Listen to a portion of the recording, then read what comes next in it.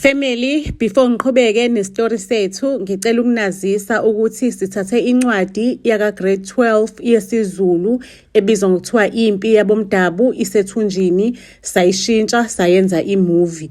Mangabe unesifiso sokuthi uyithenge leyo movie yethu, ungakhokha u-R30 ku Capitec account yethu, masusebenzisa inamba yakho as a reference.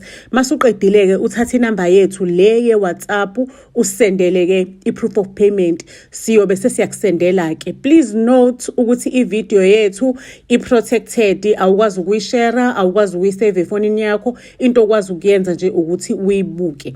Nabantu abadala ke abangasiwona bona abafundi nabo bavumelekile ukuthi bangayithenga because imovie emnandi kakhulu. Siyabonga ke nisazosupporta family. Inhliziyo yami ibhlungu, iyaqaqamba. Abantu omakhelwane kanye nomphakathi nezihlobo sebehambile. Kodwa ubaba benoma basele lapha emathuneni kade bengcwatshwa namhlanje. So ngiyakhala ngoba ngisele nobhuti wami omdala kuphela, uNkebelele ubhizi lapha yana uchiphiza inyembezi ushunqisa ugwayi, iluzi after iluzi. So mina ngiyakhala lapha emathuneni ngithi phumani ma, ubani ozongigeza njengoba sekuzolalwa manje. Phumani ma, inhliziyo yami ibhlungu ngiyakhala. Ngiza ama-footstep emva kwami engathi kunomuntu ozayo, yabona. Ngiyawuzwa njengathi iqhokusinyana liyajoja lapha yana liyajoja emhlabathini. Umesisi Mdletshe aqala umesisi Mdletshe athi makoti wami omncane, makoti wami omncane, ngicela ukuthi ungakhathazeki kakhulu ukuthi ubani ozonithengela ukudla lekhaya since ubhuti wakho engasebenzi, ubani ozokukhokhela imali yesikole, ubani ozokuthengela impahla. Ngizokwenza lokho makoti wami omncane, ngizokwenza nje makoti wami omncane konke lokho. Ngicela ukunitshela ke bafethu ukuthi ngempela emva kokushona kwabazali bethu, ngoba bashona kanye kanye, bashona nje ngendlela engaqondakali. Before uma ashone ubese nokuba close nayo uMesisi Mdletshe lo. Mesisi Mdletshe ke isigwili sasendaweni, isigwili esikhulu somfazi, kuyaziwa nje yonke indawo ukuthi uMesisi Mdletshe isigwili esinomuzi omkhulu esihamba ngeimoto ezihlukahlukene. Cela ukukutshela ukuthi ekhaya besekufudumele phakathi kwami nobhuti wami, sidla kahle uMesisi Mdletshe sesilethela yonke into esiyidingayo. Kufudumele yize bekunesikhala sabazali kodwa besingalali ngendlala, besinakekelekile impela nje. Shukuthi ngelinye ilanga ke uMesisi Mdletshe useyafika ke lapha ekhaya uzokhuluma nobhuti wami omdala uNkebelele. Hayi baxoxe isikhathi eside ke ubhuti behleli lapha bevalelene endlini, yabo. Shuthi inkulumo yabo yahamba kanjena ukuthi uMesisi Mdletshe uyasho ukuthi mntanami, ngicabanga ukuthi njengoba nje kade udlule labazali emhlabeni bobabili bedlule nje ngendlela engaqondakali, ngicabanga ukuthi uhambe uye enyangeni kama wakho uyocela ukuthi kusize ukuthi nicela uma wenu banobaba wakho banivulele inhlanhla. Kunenyanga engiyaziyo ebisetshenziswa uma wakho, kodwa ubaba wakho angizazi inyanga zakhe. Benginokuhamba noma wakho njalo mangabe ecelile ukuthi angimphelezele siye kulowo nyanga. Njengoba uwazi ukuthi mina noma wakho besi-close nje, sivelele nje saba-close nje kakhulu, sababangani aba-close. So nje ngcono ucele nyanga ukuthi nje ucela ukuthi nigeze, icela uma wena anibheke, aninakekele nje, anivulele inhlanhla, niphase esikoleni nje nibe nempilo nawe uthola itoho since ungasafundi. Ucele yonke into oyifunayo kulo nyanga, ikhulume noma wakho. Ngoba uma wakho umuntu umeshonile kuyakhulunywa naye ukuthi woza buya uzobheka ekhaya. Asho lo mama ukhulume ngathi nje ukhuluma njengomuntu omdala uyala ingane encane. Angempela ke ubhuti wami uNkebelele ayizwe lento le eshiwa umama uMdletshe, ayizwe avume kathi hayi ingafika inyanga, ungahlela nayo inyanga yama, kuhlela usuku ifike le ekhaya sizokhuluma, yabo. Ayike ngempela ke emva kwesikhathi ifike vele inyanga. Umama uMdletshe athi bihanjwa uma, ifike nezinto zayo, ifike nabafana bayo, kushiswa izinto zayo. Masinyanga ke iyangitshela ukuthi mntanami, njengoba uzosilana uzosuka ngizokunikeza lo muthi uhambe uye lapha ethuneni lama wakho layishwe layihlo nonyoko. Ufike ukhuluma usho ukuthi ngiyanivusa ke manje ukuthi ningisebenzele. Ngiyanivusa ke bazali ukuthi nisebenze nilethe imali nisondle imali leni inikeza uMrs Mdletshe njengomuntu okuyena ozonigada uMrs Mdletshe uyobe senikeza ninaki. Inyanga ikhulume ithi thatha lento mntanami ayinabungozi, thatha nje uvusa abazali bakho uthathe lento ayinabungozi. Kumele bakusebenzele abazali, bangarelax emathuneni, kumele bavuka abazali basebenzele nina, basebenzele ikusasa lenu. Ubhuti wami omdala uNkebelele avelana abona ukuthi hayi mani la kushuthi kuyathwalwa la, kuyacaca kuthiwa ngihambe ngiyovusa abazali aboma basebenzele uNkosikazi uMdletshe, uNkosikazi uMdletshe mase alontunja supporte thina. uNkebelele kuvelane kumcacela ukuthi sho ukuthi uNkosikazi uMdletshe ubabulele ngamasibomu umama nobaba ubefuna vele ukuthi bazovuswa masebesebenzela yena. Manje yena akakwazi ukubavusa ngoba kahlobene nabo. Kudingakala mina ukuthi ngibavuse ukuze basebenzele yena, ngibatshele. uNkebelele athi hayi kulungile-ke baba nginikeze lowo muthi ngihambe ngiyokhuluma ethuneni. Kanti uNkebelele uyiplanile intuthu nje, uyiplanile ukuthi uzovela naphuma lahle phansi umuthi abaleke. Hayi ngempela uNkebelele washo ngejubane zathi kumjahajaha abafanyana bale inyanga kwasho ukuthi uNkebelele uyaqaqa. Uyasho ngejubane uqaqeli uvulela ijubane abaleke zimjahe abafana benyanga baleka ze munga sekhaya kuno freeway ngale isemakhaya impela kodwa ukuthi nje mushone ezantsi kuno freeway. Shuthi uNkebelele uplanile ukuthi uzogijima awela freeway kunabangani bakhe adla nayo igudu phela, adla nayo insango neluzi yakhe, bahlala ngale kaphasheya kwa freeway. Uzofika abavuse mase beyabuya bazoxosha lenyanga noMrs Mdletshe. Mase bazohlala naye la ukuthi babe protected usisi wakhe omncane esho mina against uMrs Mdletshe nalenyanga yakhe. Kanti ubhuti wami uNkebelele akabuzange elangeni, wathi nje mangabe ejomba freeway kwaba khona imoto yamthatha yamshaya yamlahlela le kwachitheka uchopho washonela khona lapho. Isiyaxoxa-ke inyanga nayo uMrs Mdletshe njengoba lo muntu kade eyi-last hope yethu sizothini manje ngoba lo sisi wakhe osele olele la endlini mncane angeke akwazi ukuthi avuse abazali la emathuneni. Ithi inyanga i-option enginayo ukuthi uthathe izicubu zalo oshonile laphayana sisebenzise sikhulumele up until lo abe old enough abe na 18 years. Wena uzobe usumshadisa nomfana wakho. Shuthi uMrs Mdletshe unomfana wakhe ongekho right engqondweni yabona. Uzobe usumshadisa nomfana wakho and then le ntombazane ukushada kwakho kwayo nomfana wakho kuzobe sekuyikona ikona ndlela esithwala ngayo leyo. Iyona ndlela eletha umcebo lekhaya. The more unkosikazi kulomfana wakho, it's the more umcebo wenzeka la abazali abawu2 kanye nobhuti wayo bazobe besebenza beletha imali. Shuthi ukushada kwengane yakho nalentombazane ukuactivateka komcebo. We understand a lot. Shukuthi umcebo uzosebenza up until ingane iba na 18 years. Once ingane yaba na 18 years kumele uactivate umcebo ingane le ishade nalengane kaMrs Mdletshe. Hayi ngempela ke emva kokushona kukabhuti wami uNkebelele inhliziyo yami ayibhlungu kodwa uMrs Mdletshe wangiduduza wangithatha ngayohlala kwakhe.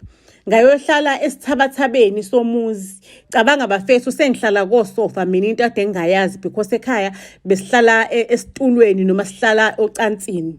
Sengihlala kosofa bafethu ngibukela iTV semzini omuhle nje umuzi omuhle impela isithabathaba emzini kaMrs Mdletshe.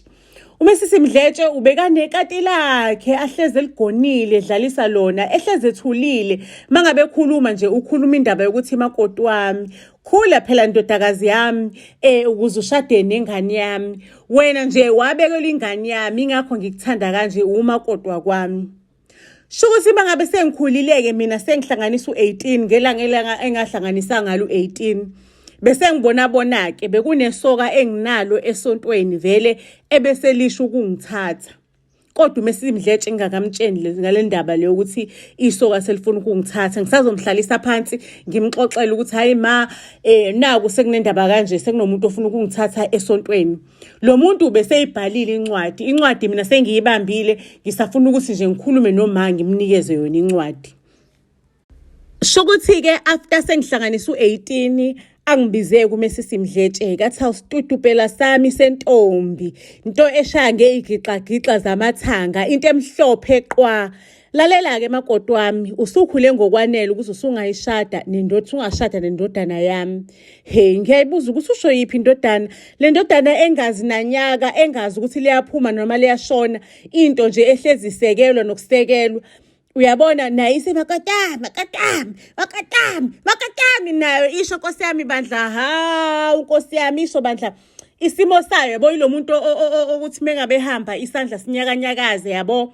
Ubeka kuleso simo ke angisho ukuthi abantu abakuleso simo basesimweni esimbi ningangizwa kambi kodwa sengiyachaza ukuthi beka umuntu omi kanjani yabona noma ekhuluma akazwakali kahle makatami because uMesisi Mdletshe uthi mina ngumakoti wengane yakhe athi uMesisi Mdletshe ka emntanami ngiyokunikeza ngisho ne1,000,000 ngiyokunikeza umhlaba nezulu shada nendodana yami. Vele uMesisi Mdletshe kudala enginikeza umhlaba nezulu ungikhulise kahle wangise ezikoleni ezikahle wanginikeza impilo etop shayela. Into nje yodwa afuna ngimbonge ngayo uMesisi Mdletshe ukuthi ngishade nendodana yakhe. Phela mina bengithi uyadlala uMesisi Mdletshe yonke leminyaka mangabe ngibuza ngomakoti wakwakhe. Ngangithi mina uyadlala umani uyasho nje ngoba omama banjalo basho kanjalo mangabe benezingane zesilisa amadodana.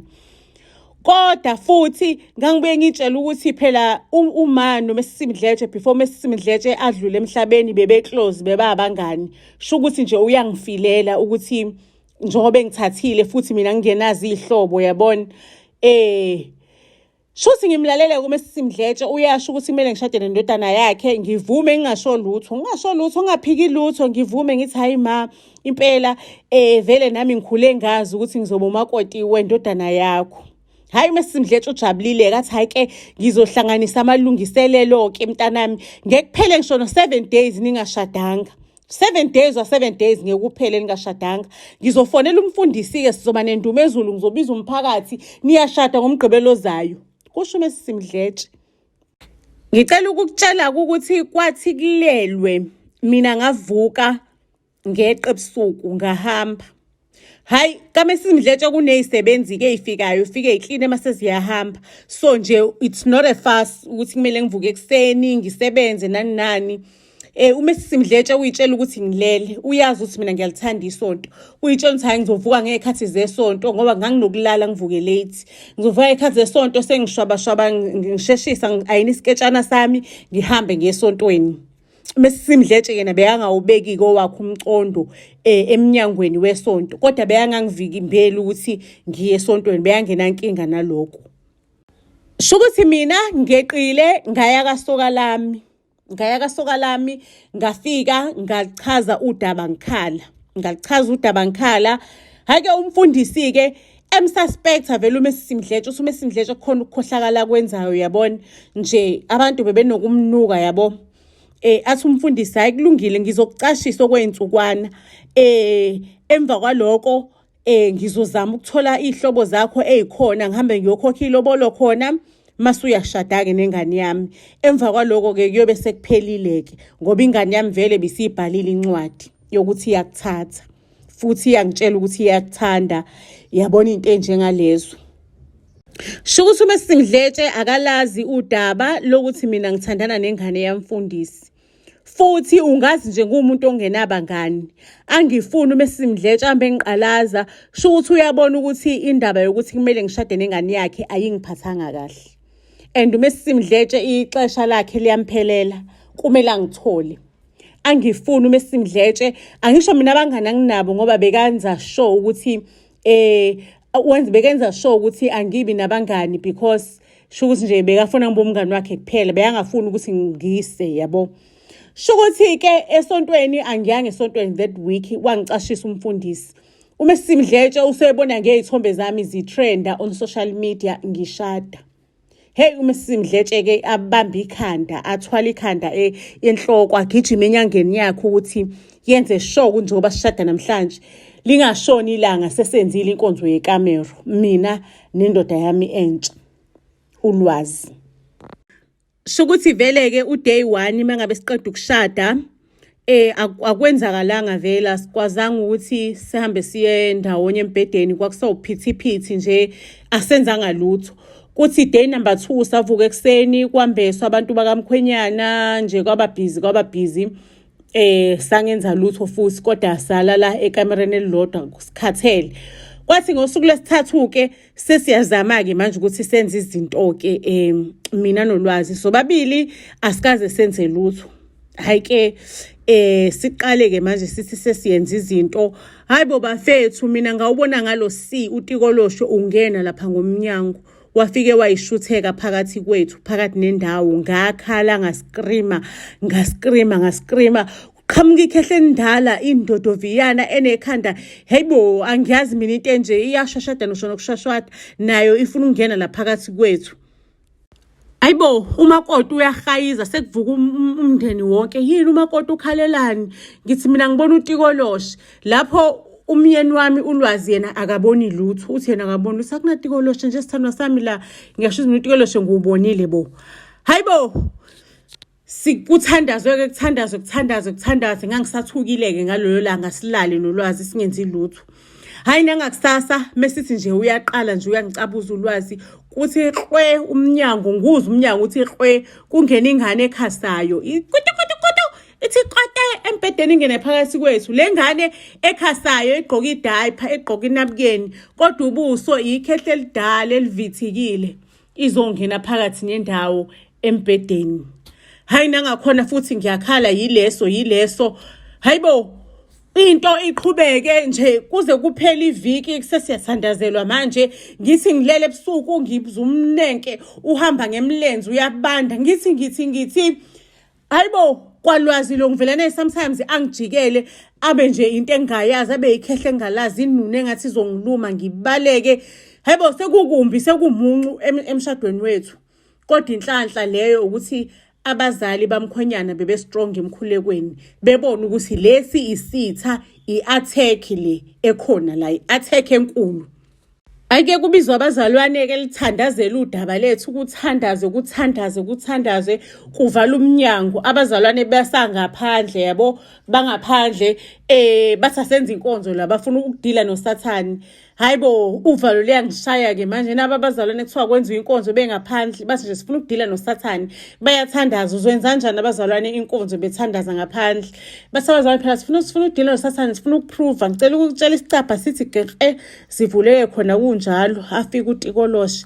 Hayi ke kungene emafastingini kuthandazwe nomama ngale unyusa volume umesisimdletshe inyanga yakhe bayahlaba ngezwe nje kuthiwa kunamadili kwenziwa ukuthi kunyusa volume ngiyakutshela kunyusa volume yobuthakathi.